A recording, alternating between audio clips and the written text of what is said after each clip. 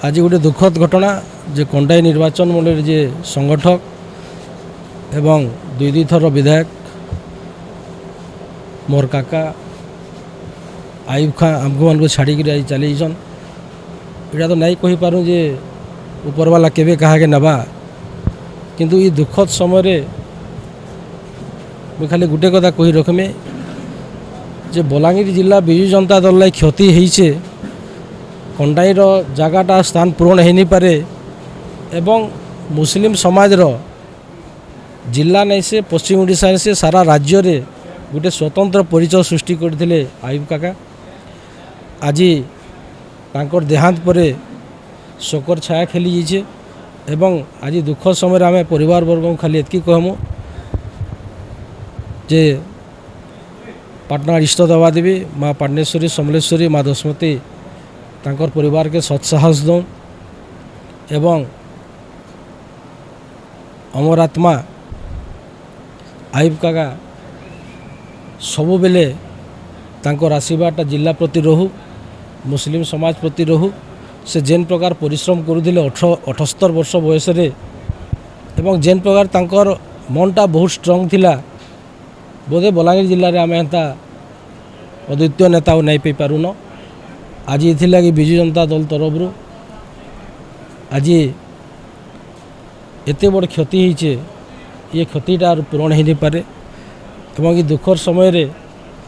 मैं आपण मान जरिया जनावाले चाहमी जे आज ये शोकाकुल परिवार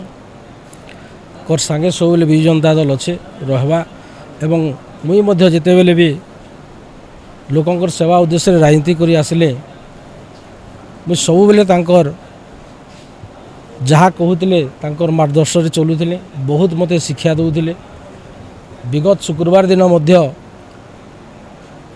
से भुवनेश्वर फिरला बेले पाटनार विजु जनता दल कार्यालय आम बसी एवं बहुत गुड़ी आलोचना है एवं 78 वर्ष हो गला मत बोलिक कहले भतीजा मत तो 78 वर्ष हो गला मुझे तांको कही काका तुम तो फिट अच्छ ताली सबू बिहाघर काम घर लोकंर सुख दुख समय रे दलीय कार्यक्रम रे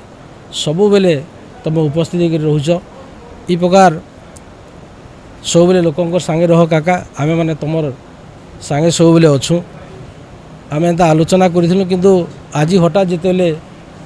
अमजद भाईटा फोन कले घटना विषय रे मुझे सांगे सांग मन पकईदेली और कहली अमजद भाई के मत गोटे कथाटे कही भतीजा एंता एंता कथा 78 वर्ष हो गलान बोली टिके जेन हिसाब कहले मुझे सेताके तापरे सोर कली आज दुखर समय आम मैंने आईचु परिवार संगे आम मैंने अच्छु विजु जनता दल सब बेले अच्छे एवं आमर प्रिय नेता पूर्वतन मुख्यमंत्री विजु जनता दल सभापति आज सकाले अमजद भाई संगे कथा परिवार वर्ग सांत्वना दीछन एवं मोर से जोगाजोग करी परिवार संगे सब रहबार लगी एवं आज जहाँ भी सामाजिक रीति नियम अच्छे से रीति नियम रहबार लगी एवं आम खाली आज निशे आम सब बेले कंटाई मोर पूर्वतन विधायक और परिवार संगे आम सब बेले रहमु।